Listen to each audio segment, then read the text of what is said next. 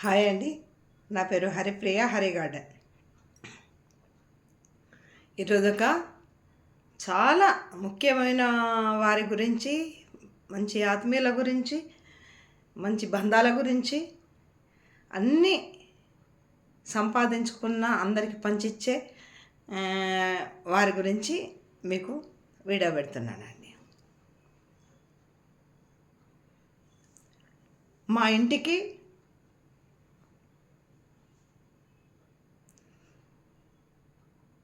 ఇంటికి ఇలవేలుపుగా మా పెద్దరికంతో ఉండే పెద్ద అల్లునిగా మహేందర్ను మాకిచ్చి మళ్ళీ నా బిడ్డను వాళ్ళ ఇంటికి తీసుకెళ్ళడమే కాకుండా నన్ను కూడా వాళ్ళ ఆడబిడ్డగా నన్ను మా అన్నయ్య వాళ్ళ చెల్లెగా స్వీకరించి, మా వదినమ్మ భారతి వాళ్ళ మళ్ళీ ఆమె కూడా నన్ను వదినమ్మ ఆడపడుచుగా నన్ను స్వీకరించి, అన్నయ్య చెల్లెగా బాపన్న నన్ను చెల్లెగా తీసుకొని, అసలు ఇది అద్భుతమైన ఘట్టం అండి. ఇది ఒకరోజు 2 రోజులు ఒక కుటుంబంలాగా మంచి వారిలాగా ఉంటేనే అసలు ఏదో లాంటి ఒక సందేహాలతోని, ఏదో చిన్న చిన్న స్పర్ధలతోని ఏదో జరుగుతుంటాయి. అట్లాంటిది మేము ఒక 15 సంవత్సరాలు ఒకరంటే ఒకరు ప్రేమగా, ఆత్మీయతగా, మా ఇంట్లో నేను ఏ మాదిరిగా ఉంటానో అనేవాళ్ళ ఇంటికి వెళ్తే కూడా అది నా పుట్టిల్లు అని, పుట్టింటిలాగానే నన్ను వాళ్ళు స్వీకరించిండ్రు. నేను కూడా ఎక్కడికో వచ్చిన ఫీలింగ్ నాకు ఉండకపోతుండే. నేనంతా చాలా బాగా వాళ్ళ ఇంట్లో కూడా వాళ్ళ పిల్లలు, నడిపబ్బాయి మా బాబు, మా అల్లుడు, చిన్నబాబు రవీందరు, పెద్దబాబు రాజు, 3 అన్నయ్యకు పిల్లలు, అన్నయ్యకు వదినకు 3 పిల్లలు. అందులో వాళ్ళను కూడా అద్భుతంగా పెంచిండ్రు. మా అన్న వదిన అద్భుతంగా పెంచారండి. అసలు ఎట్లా అంటే ప్రేమ అంటే ఏంటో వాళ్ళ ఇంట్లో పోతేనే మనకు తెలుస్తుంటుంది. మంచి ప్రేమగా పలకరిస్తూ మనవాళ్ళే, ప్రతి వాళ్ళని కూడా మనవాళ్ళే అని స్వీకరిస్తారు. అందులో మళ్ళీ నా బిడ్డనిచ్చిన కాబట్టి నన్ను అయితే పిల్లల దగ్గర నుంచి స్టార్ట్ అయితే అసలు పెద్దవాళ్ళు కూడా నన్ను వాళ్ళ ఇంటి సభ్యురాలుగానే నన్ను ఆహ్వానించారు. నేను కూడా అట్లనే ఉన్న వాళ్ళతోని ఎంత స్వతంత్రం అంటే అసలు అబ్బా చెల్లె మనకు గది ఏమో చేస్తున్నావు, నాకు ఇవ్వవా, అబ్బా టైం అయింది కదరా, కొంచెం ఛాయ్ పోయేవా, పాలు పోయేవా అని అడిగేవాడు. అంత ఫ్రీగా, అంటే సొంత బ్రదర్ అన్నట్టుగా, అన్నయ్యతోని అంత బంధం.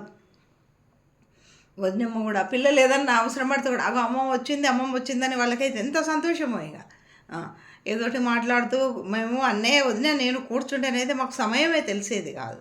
అంత అద్భుతంగా గడిచిన రోజులండి. ఒక 15 సంవత్సరాలండి ఈ మాదిరిగా మేము ఫాలో అయినాం.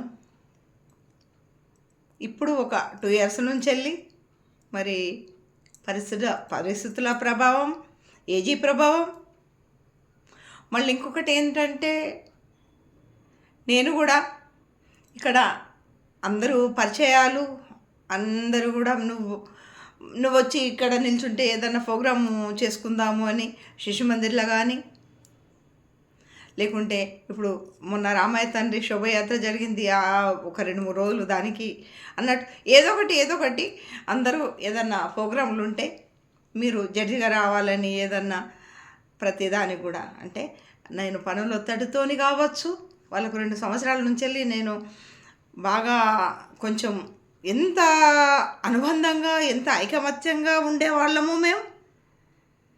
అంత ఏదో మరి నాకైతే ఎన్నడూ కూడా నేను అనుకోలేదు వాళ్ళకు దూరం అవుతున్నా, లేకపోతే ఏదో నాకు ఫీలింగ్ అని నేను అనుకోలేదు. కాకపోతే మనం ఏదన్నా ఒక దృశ్యము, మనం ఒకటి ఏదన్నా చూసిన తర్వాత మంచే కానీ చెడే కానీ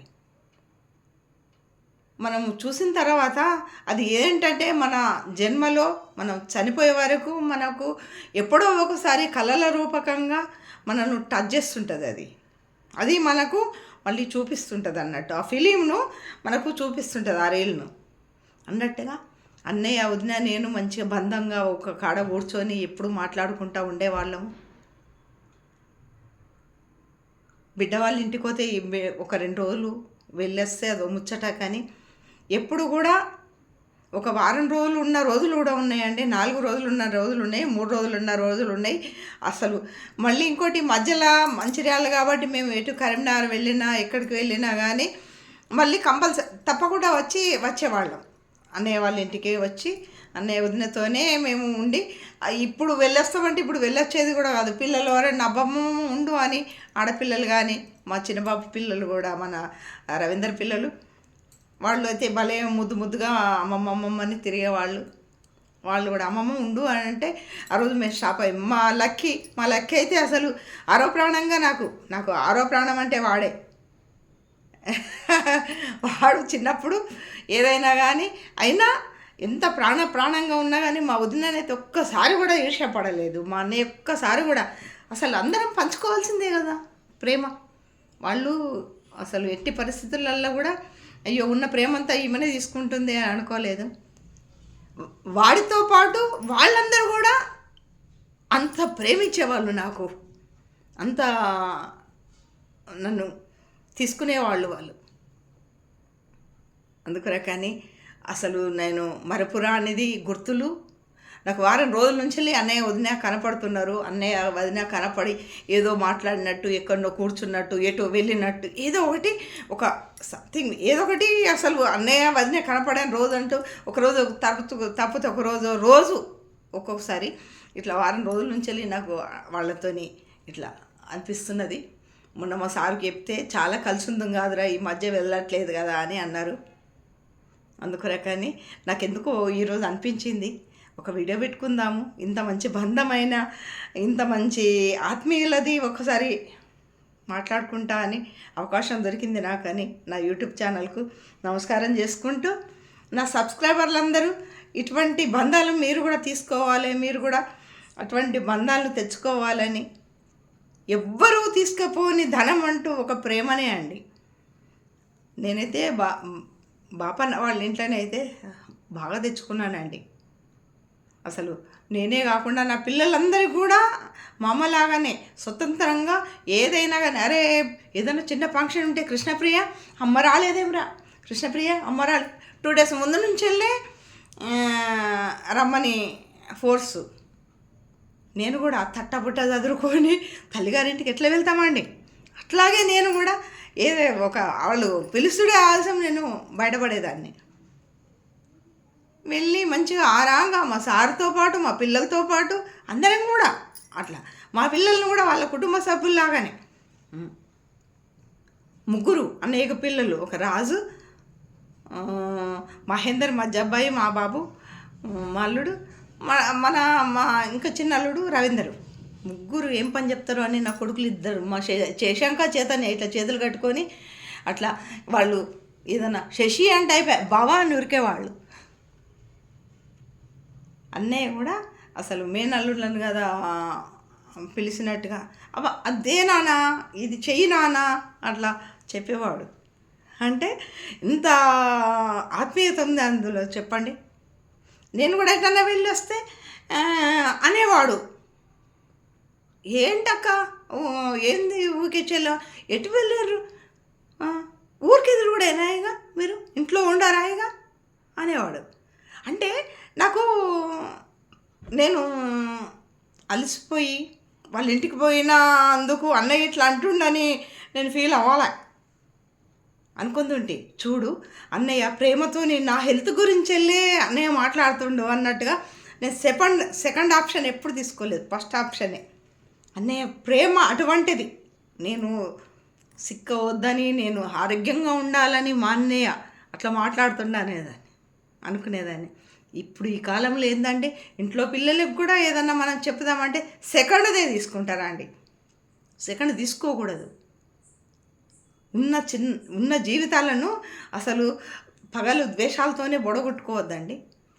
ఎవరైనా కానీ సంపాదించుకోవాలి, ప్రేమ ముఖ్యం.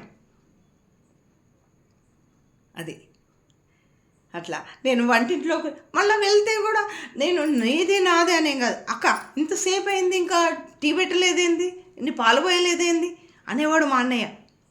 వదిలేని కాకుండా నన్ను కూడా అడిగేవాడు, ఇంతసేపు అయింది వదినమ్మా అనేవాడు. ఒకరోజు అయితే ప్రొద్దున లేచినవైతే బ్రష్ వేసుకున్నా నేను అన్నయ్య నేను ముందు లేచేవాళ్ళం, పిల్లలు కొంచెం వెనక సీరు లేచాం. మా సార్ ఉన్నా కానీ మా సార్ అక్కడున్నా నైట్లో కొంచెం ఎక్కువ రాసుకుంటాడు కవితలు అవి, అందుకనే మా సార్ కవితలు అవి రాసుకుంటాడు కాబట్టి ఆయన కొంచెం లేట్గానే లేచేవాడు. బిడ్డ ఇంట్లో అయినా కానీ అది చెప్తున్నా సొంత ఇంట్లో ఉన్నట్టే మా ఆయనకైనా నాకైనా ప్రతి వాళ్ళకు. అయితే అప్పుడు అనేవాడు అన్నయ్య ముందు లేచేవాడు, నేను ముందు లేచాను. అన్నయ్య కొంచెం వాకింగ్ అది చేసి ఏమైనామ్మా ఇంకా చాయ్ పెట్టలేదు అంటే, అన్నయ్య వాళ్ళ పాలు లేవని ఒక రోజు అంటే, ఏంటమ్మా పాలు లేవంటున్నావు, గింతసేపు అయింది ఇంకా నువ్వు తాగినావా, ఎక్కడ పాలే లేవు కదా అన్నయ్య, తాగలేదు, తీసుకొస్తానయ్య. తీసుకొచ్చిన పక్కకే షాప్ ఉంటుంది, అయితే అన్నయ్య తీసుకొచ్చినప్పుడు తాగుదామని ప్యాకెట్ తీసుకొచ్చి ఎంత అప్పుడు ప్యాకెట్ పాలు తాగుతుంటే ఇప్పుడు తాగుతలేను అయితే చేసి అన్నయ్య పోసి నేను తాగి మంచిగా కూర్చుంటే అదొకటి ఇదొకటి మాట్లాడుకుంటా లేకపోతే పేపర్ చదువుకుంటున్నా కూర్చున్న తర్వాత వాళ్ళందరూ ఒక్కొక్కరు లేచేవాళ్ళు. అంటే ఎంత అన్నయ్య వదిన కూడా ప్రొద్దున్నే లేసేది, వదినమ్మ కూడా. మేము ముగ్గురం మంచిగా ఆరాంగా కూర్చోడు. ఒక్కొక్కసారి పిల్లలకి ఈర్ష్య వచ్చేది, వీళ్ళు ఏంటి రాత్రి కూడా అంతసేపు మాట్లాడుకుంటారు, ప్రొద్దున కూడా ఇంతసేపు ప్రొద్దున లేవంగా కూడా మాట్లాడుకుంటారని. అంటే వాళ్ళు పిల్లలకి అట్లా అనిపించేంత కూడా మేము హ్యాపీగా ఉండేవాళ్ళం. చూసిరా అండి, అటువంటి అనుభవాలు ఎంత గొప్పయో అనండి. వాళ్ళ పిల్లలు పెద్దబాబు వస్తాడు, నేను వంట రూమ్లో ఏదన్నా చేస్తూ ఉంటే, ఆంటీ ఏం చేస్తున్నావు, వాళ్ళు ఏం స్పెషల్ అంటుంది, ఏది నాన్న ఇట్లా ఇది చేయమన్నారు పిల్లలు అని అంటే, అవునా మరి నువ్వు కొబ్బరిలాడు ఎప్పుడు చేస్తావు నాకు అని అంటుండే. అంటే వాళ్ళకి ఏదన్నా డిష్ ఏదన్నా ఇట్లా అంటే ఎవరిని అడుగుతారు వాళ్ళు, అటువంటిది అమ్మనన్నా మేనత్తలనన్నా అట్లా అడుగుతారు కదా. అయితే నన్ను అట్లా వాళ్ళ కాకపోతే ఎప్పుడు కూడా నన్ను అత్తమ్మ అని పిలవలేదు, అమ్మ అని పిలుస్తాడు. ఇప్పటికి కూడా పెదబాపు అమ్మ అని పిలుస్తాడు. అంటే ఆయన ప్రేమకు ఆయన గొప్పతనానికి మనం నమస్కారం చేయాల్సింది. అంటే అటువంటి మనస్తత్వం గల పిల్లలు ఈ రోజులలో లేరు కదా అండి. ఎంత మంచితనం అండి, ఎంత అద్భుతం అండి. అమ్మ అని పిలిస్తే ఎంత అద్భుతంగా ఉంటుందండి. వాళ్ళ అమ్మ అని పిలిచి నన్ను కూడా అమ్మ అని పిలుస్తాడు. అంటే అంత మంచిగా పెంచింది మా భారతి వదిన పిల్లల్ని. చిన్నబాబు అయితే చెప్పకిగా, చిన్నబాబు అయితే తిరుగుతూనే ఉంటాడు బొంగరంలా అటు ఇటు. చెప్పు ఆంటీ ఏంది అని కొట్లాడతాడు, చిన్నపిల్లల్లాగా కొట్లాడతాడు, మాట్లాడతాడు, సంతోషంగా నవ్వుతాడు. అంత మంచి బాబు రవీందర్ కూడా. ఇక మా అల్లుడు అంటే చెప్పకు, ఆయన గొప్పవాడు. మా అయ్యన్న గొప్ప మంచి ఆయన ఒక అల్లుడే కాకుండా పెద్ద కొడులాగా నేను అట్లా ఉంటాను. అల్లునితో కూడా అల్లుడిలాగా కాకుండా పెద్ద కొడుకులాగా నాకు అనిపిస్తుంది. మా శశికన్నా పెద్ద బాబా ఈయన అనిపిస్తుంది. చూడండి ఎంత బంధాలు ఎటువంటివి అండి, ఎట్లా ఉంటాయండి చెప్పండి. ఇంత మంచి మా వదిన ఫ్రెండ్స్ అందరూ నాకు ఫ్రెండ్సేనండి. అంటే మా వదిన చాటుకైనా ఒక ముచ్చట, మా సోదరి వదిన మంచిది కాదు అని ఒక్క విషయం చెప్తే వాళ్ళకు కూడా నేను బ్యాడే అవుతాను కదా అండి. కానీ ఎప్పుడు కూడా మా వదిన చాటుకు కూడా నన్ను ఆడబిడ్డనే స్వీకరించింది. అందుకని వదినమ్మ నీకు నమస్కారం. వాళ్ళ ఫ్రెండ్స్ అందరూ కూడా ఎప్పుడు కలిసినా కానీ నాకు వదినతోని మాట్లాడినట్టే మాట్లాడతారు. ఇంత గొప్ప విషయాలు నేను మీతో షేర్ చేసుకుంటున్నా. ఎందుకో ఈరోజు అనిపించింది. నైట్లో కూడా అంత ఏదో కలలు కనపడ్డాయి. మా అత్తమ్మ కూడా కనపడ్డారు, మా సార్ వాళ్ళ అమ్మ కూడా, మా వదిన కూడా కనపడ్డది. అందుకొరకు కానీ వీళ్ళు కూడా కనపడ్డారు. అందరు కనపడితే అసలు నాకు ఎందుకో మరి వాళ్ళ జ్ఞాపకాలు కూడా నేను గుర్తు చేసి పడుకోలేదు. ప్రొద్దున కూడా నేను గుర్తు చేసుకోలేదు. కాకపోతే ఏంటంటే ఏదో మూలన ఏదో టచింగ్ ఉంటుందండి. దాన్ని మనం పడుకున్నప్పుడు నువ్వు మర్చిపోయినావా అని మేల్కొల్పుతాయి కావచ్చు. నా బిడ్డ ఇల్లు తీసుకున్నదండి ఒకటి 15 సంవత్సరాలు నేను ఎంత ఫ్రెండ్షిప్గా ఉన్నానో మా అమ్మాయి అది చూడండి. ఇంకోటి ఇప్పుడు నేను మా అమ్మ ఇల్లు తీసుకున్నదని కాదు, పిల్లలు ఇల్లు తీసుకుంటే గబగబగా పేరెంట్స్ ఉరుకుతారండి. అట్లాంటిది నాకు వదిన దగ్గర ఉన్నన్ని రోజులు ఎటు వెళ్ళినా వదిన దగ్గరికి వెళ్ళేదాన్ని. ఇప్పుడు బాడీ సహకరించకనో, నా పనుల ఒత్తిడితోనో, మెంటల్గానో ఏదో కానీ అసలు వదినకు అన్నయ్యకు దూరంగా లేకున్నా, వాళ్ళు మనసు నిండా ఉన్నా కానీ వాళ్ళ దగ్గరికి వెళ్ళలేకపోతున్నా చూడండి. అది అసలు ఏళ్ళ మీద చెప్పొచ్చు. మా అమ్మాయి దగ్గరికి 2 సంవత్సరాల నుంచి నేను వాళ్ళకు దూరం ఉన్నా అంటే నా బిడ్డ దగ్గరకు కూడా ఏళ్ళ మీద చెప్పొచ్చండి. నేను ఎప్పుడు వాళ్ళ ఇంట్లోనే ఒక సభ్యురాలుగా, ఒక కుటుంబాల్లో అసలు ఆ ఇల్లు పుట్టిల్లులాగానే నాకు అసలు ఏడ తిరిగినా, ఏది ముట్టినా, ఏది అవసరం పడ్డా, ఏది చేసినా కానీ అసలు నాకు ఆబ్జెక్షనే ఉండకపోతుండే. వదిననైతే అసలు ఇట్లా కన్నెత్తి కూడా చూడడం కాదు, ఏం చేసిండ్రా ఏందమ్మా అని అడిగేది. కానీ అసలు ఇది ఎందుకు చేసినావు అని అయితే ఒకసారి కూడా అనలేదు. ఈ పెద్దరికం అయింది తిందని అయితే అనలేదండి. అంత మంచి వదిన ఎవరికన్నా ఉంటుందా అండి? మా బాపన్ననే నాకు ఇచ్చిండు అటువంటి వదినను. అన్నయ్య వదిన మీ ఇద్దరికి కొడుకునిచ్చుడు కాదు, నన్ను ఆడబిడ్డగా మీరు నా బిడ్డతో పాటు నన్ను మీ బందెల వాళ్ళ ఇంట్లోకి ఆడబిడ్డగా తీసుకుపోయినందుకు మీకు నేను జన్మంతా రుణపడి ఉంటా.